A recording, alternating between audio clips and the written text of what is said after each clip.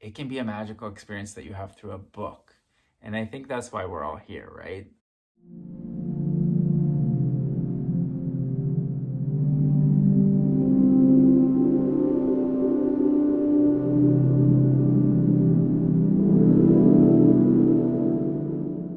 Hi friends, welcome to Will's Infinite Library.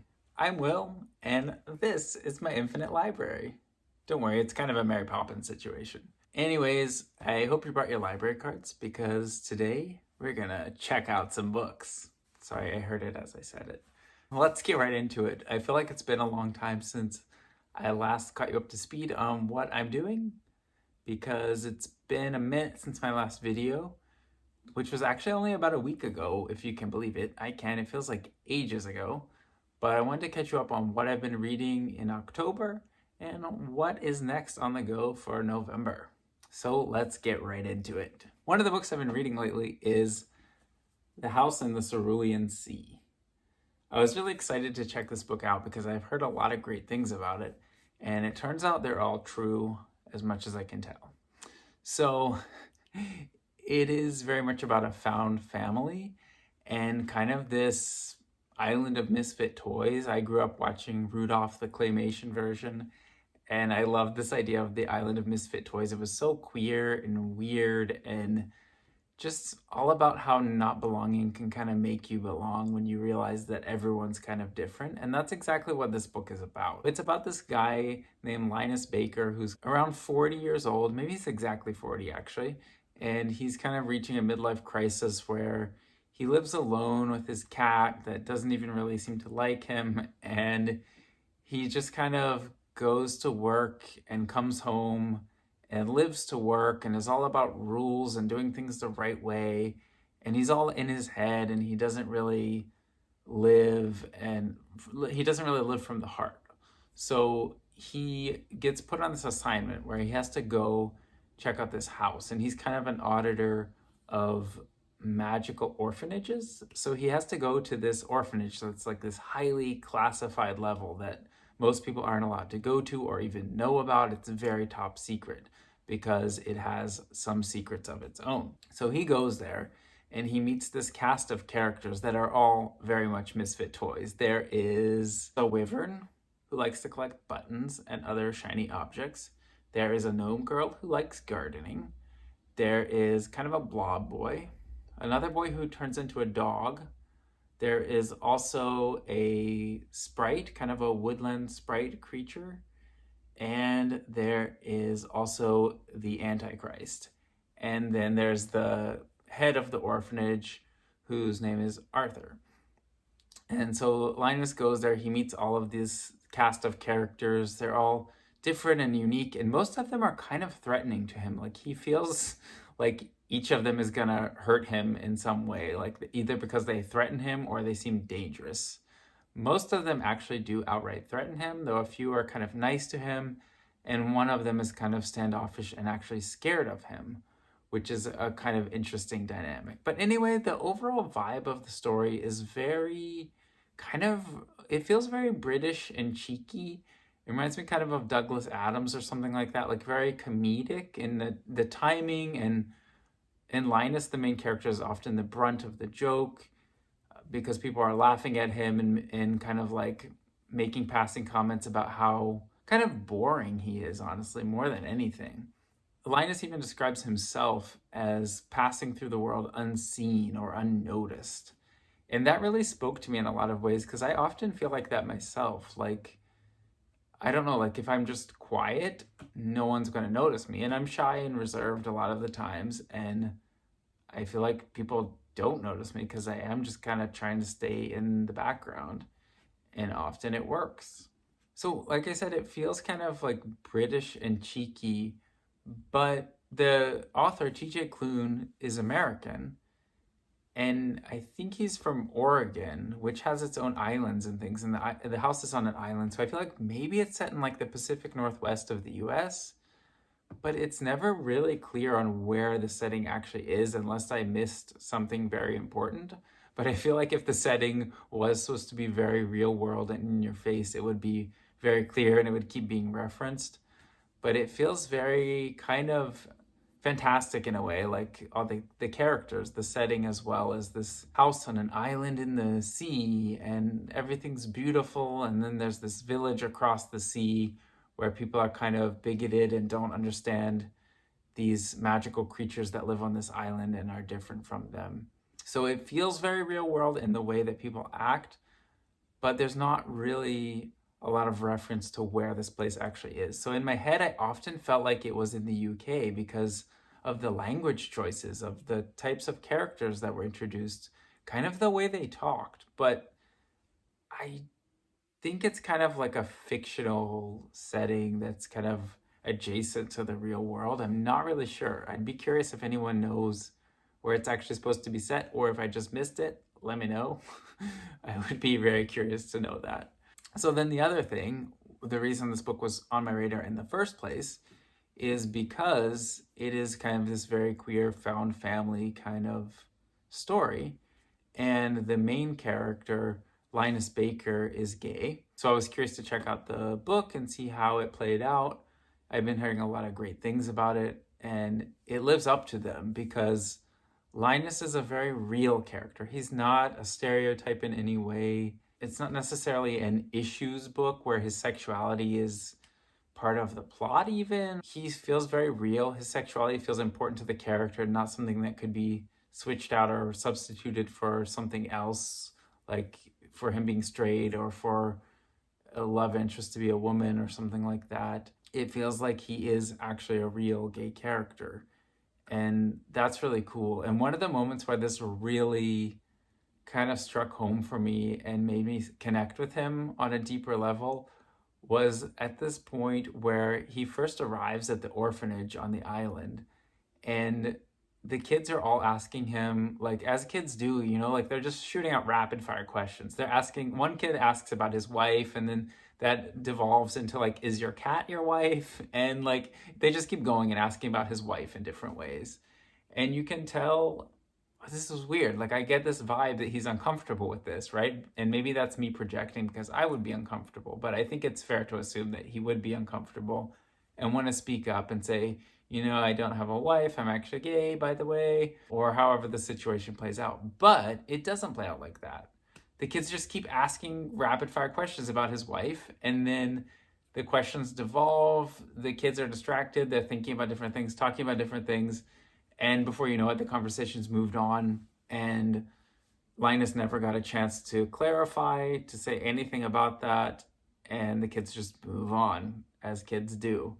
And I found that to be a really poignant, realistic way of portraying a not straight character, because I think all queer people in some time or another, and often like in very much in day-to-day life, have these moments where you wonder if you should have said something, or if you should have been more true with people, more honest about who you are, but it just didn't, the moment just didn't play out that way. It didn't feel right. You didn't have the opportunity to speak up, or if you did, it didn't seem like the right time. And so this moment happens, and then Linus just goes about his day. He keeps going through the orphanage, meeting people, and there you have it. And I thought that was just so realistic and so cool. It made me connect with him a lot more than I think any other way of portraying him would have. So I really enjoyed that. And then the other thing I wanted to mention about the plot of the novel is that it's very much a slow burn. So it starts off with Linus in his day-to-day life. He works for this organization that evaluates magical creatures and their registrations, and it's very bureaucratic, and he is very much a by-the-book kind of person. And so a lot of the first half of the book is really showing him how kind of straight-laced he is, how he wants to do everything by the book. He doesn't want to connect with the kids or Arthur, the headmaster, or anyone. He wants to just write his reports, and anything else beyond that of what happens out of his reports is out of sight, out of mind. He's not concerned about it. He's just going to do his job and get out. But of course, he starts connecting with the kids. He starts connecting with Arthur, and he gains a deeper bond. And honestly, like as the book went on, I started to get a little, I don't know if bored is the right word, but it felt kind of like predictable and like he was just kind of having the same interactions with people over and over. But I really appreciated that because there was a really sharp turning point in the middle of the book, which wouldn't have worked if it didn't have that build up, if we didn't understand who he was. So having that slow build up really is a good payoff, because there comes a point in the middle of the novel where he starts connecting with all of the kids. And there's this really powerful scene where he connects with the kid that was scared of him and really didn't want to connect with him. And they have this really nice, touching moment together. And it's a really strong payoff. It's really powerful because you know what a struggle it was for both of them to connect and what kind of barriers there were between them. You really feel that moment. And then the kind of romance angle is very slow to build up as well. And because of that, it feels that much more powerful and strong. There's a moment when Linus and Arthur are meeting in private around the middle of the novel. I think it's just after that scene where he's really connecting with the kids too. And nothing really happens, but you start to feel that something is happening in the nothing happening, if that makes sense. There's kind of a feeling that nothing happening is something happening, and that they both feel something between them, and the nothing happening that's been happening the whole time is suddenly very meaningful and fraught with kind of this longing and emotion and feeling and wanting and desire. And that's really powerful, and that kind of slowly continues to build throughout the novel in a way that's just really well done.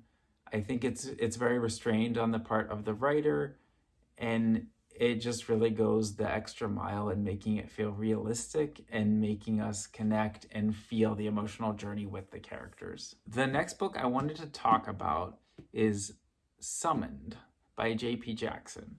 And Summoned is a very different kind of book. It's very much like an urban fantasy, and it's about this character named Dev who always wanted to get into the magical world. He basically is the kind of person who, like a lot of us readers, I think, who read fantasy, always wished that he found a door to Narnia, and he spent a lot of his youth, and even as he got older, he spent a lot of his life looking for that door to a magical world. And he does that through the occult.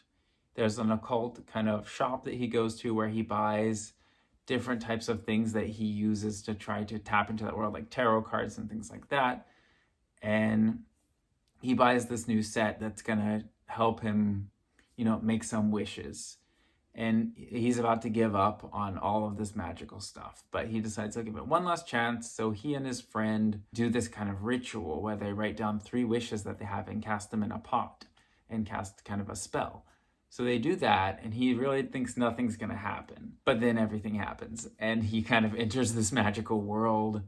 And it's a really cool kind of portrayal that feels really realistic of going into a magical world. And that's my favorite kind of fantasy, either urban fantasy or portal fantasy, where you feel the real world very strongly. And I think this is more urban fantasy, because the real world is very much a part of the magical world is very much a part of the real world, but most people don't know about it. It's a really cool portrayal of that, because you really get a sense of his real life, who he is, his struggles, and his family and his friendships in the real world. And also, as he's learning about the magical world, you learn about it with him. And it's really, I think, what I found most intriguing about it was this kind of idea of wish fulfillment and fantasy fulfillment, I guess, if you will.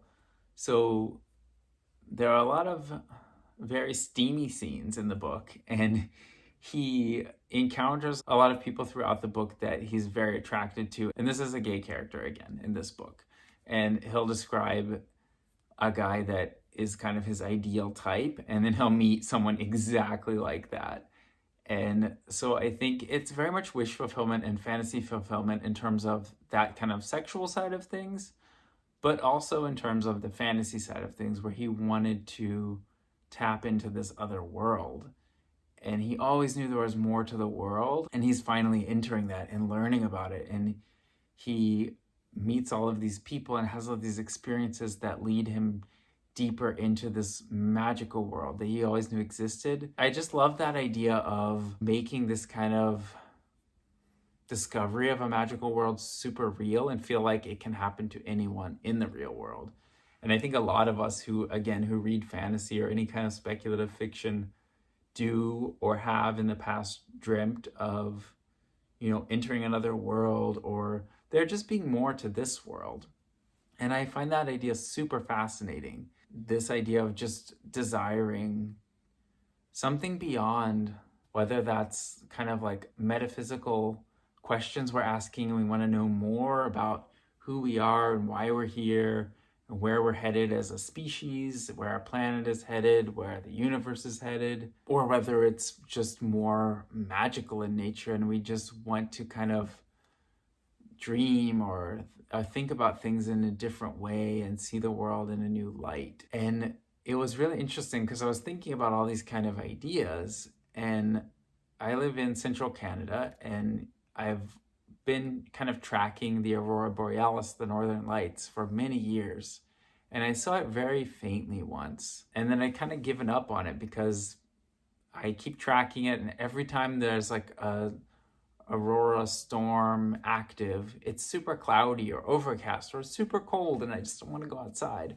But a couple weeks ago, when I was reading this book and thinking out these kind of like magical experiences and how we desire them and want there to be something new and different in the world that we don't understand, so we can be kind of amazed by the world and the beauty of it, there was an aurora storm, and I was staying outside the city. And I went outside, and it looked kind of like it did before when I saw it. It looked kind of like this grayish green cloud in the sky. And I looked up at it and I was like, oh, that's pretty cool, but still not amazing. And then all of a sudden, as I was about to kind of discount this experience, it just erupted and the sky turned into this like dazzling, brilliant green and like some pinks, and it like rippled across the entire sky, and it was super amazing. And I felt kind of like Dev, the character from the book, in that moment, like, wow, there's still like me as someone approaching midlife who feels kind of jaded about life and is focused on day-to-day making money and my job to get by. I'm having this experience where I'm seeing, oh wow, like there's so much more. There's so much beauty and excitement and new things in the world that I haven't experienced. It's this whole other magical world, which is here all the time. It's here with us. And it was just really powerful for me to have that moment and to be reading these books that I've been reading about magic and encountering it and appreciating it, because I think there is magic in the world. And as long as we're open to it, we don't even necessarily have to be looking for it. As long as we're open to it, we can have these really powerful, beautiful experiences.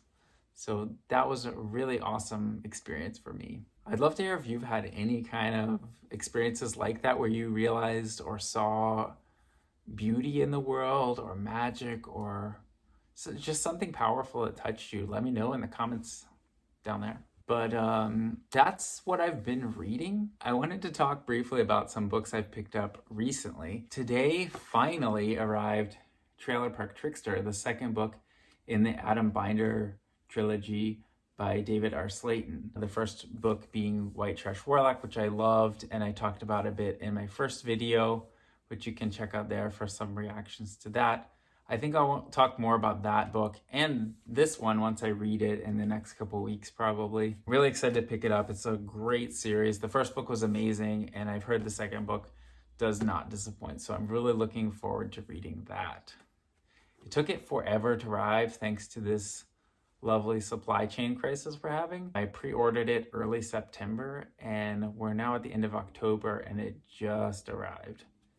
So that was a little disappointing, but I think it's only a week or two after the release date, so it's not that bad. It just would have been nice to have it earlier. I was really anticipating it, but I had a lot of great books to read, so it's fine. And I think it's going to make an awesome Halloween read because Halloween is next week. This is my perfect kind of Halloween book to read for it because it's one I was looking forward to. It's not straight up horror because that's not really my thing, so I think it's going to be perfect. And then the other pickup, which is a term I use loosely here because it's a book I've had for a while, and it's more of a TBR, I guess, because I started it and got a ways into it. Hora, Estrela by Clarice Lispector.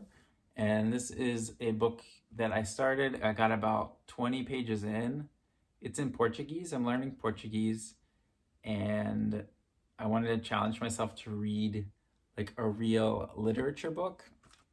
And the first maybe 5 pages were pretty, I don't want to say easy to understand, but like I could get through them. I could understand the context, and it was good. And then I started to kind of drop off, and it got complex as it kind of jumped around in time and idea and between the narrator and the main character, and I got quite confused. So I'm going to start it over again, and I wanted to share it here as kind of an accountability thing, so you can keep me honest that I will actually put more time, focus, thought into it and get through it this time. It's a very short book, so I should be able to. Look at this. Like, come on, I can get through that, right? It's less than 90 pages. I can do that. So yeah, the book that kind of made me feel empowered to be able to do that was this one, which is called Short Stories in Brazilian Portuguese.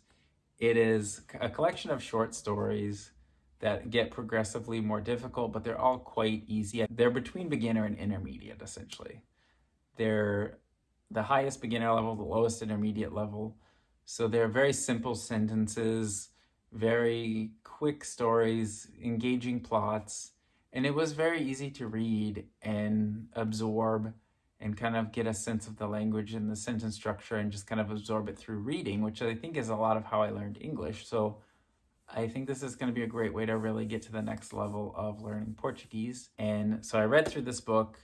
I really enjoyed reading the stories and being able to read them, and that's why I hope I can read this book. But we will see. It's short, but it's a lot more dense, a lot more complex language, old, antiquated language, complex sentence structure. And the hardest thing, I think, is abstract language is a lot more difficult than he went there, she looked at that kind of thing. It's very abstract, very playful and literary and poetic. So good luck to me. Anyway, those are the books I've been reading in October and some of my recent pickups and books I look forward to reading in November. Well, I'll be reading Hora da Estrela for some time, I guess at least through November. And Trailer Park Trickster probably won't last me well into November, maybe to the mid-November, but I'm sure I'll be reading more books in November. So stay tuned for what comes next. I don't know if I'll make another video where I'm talking about what I've been reading and what's up next in the next couple weeks, but I want to keep putting out videos. So I'll probably talk about some favorite books or just some different categories of books that I've already read so I can keep sharing some ideas with you. And as always, I'd love to hear from you. I'd love to hear what you're reading. If you have read any of the books that I've talked about today, or if you're planning to, or any books that you've read that you'd recommend, or just honestly anything. Like if you've had any kind of those magical experience that I talked about, like with the Aurora, or how your life is going.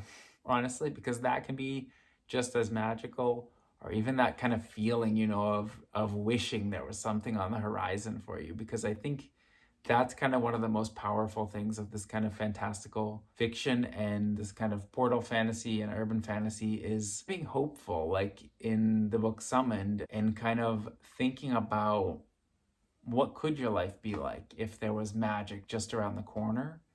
And I think that's kind of a hope that we can all hold on to, because there always is, no matter what it is or what form it takes. There's always something around the corner when you least expect it that's going to, if not change your life, make you look at it differently. And I think great books can often do that. Even if it's not through a magical experience in your real life, it can be a magical experience that you have through a book. And I think that's why we're all here, right? So if you've had an experience like that, let me know down in the comments as well. Anyway, thank you so much again for tuning in and hanging out with me today in Will's Infinite Library. And I look forward to seeing you again next time. Bye. A wyvern, a kind of a blob boy who wants to be a bellhop, a gnome girl who likes gardening, I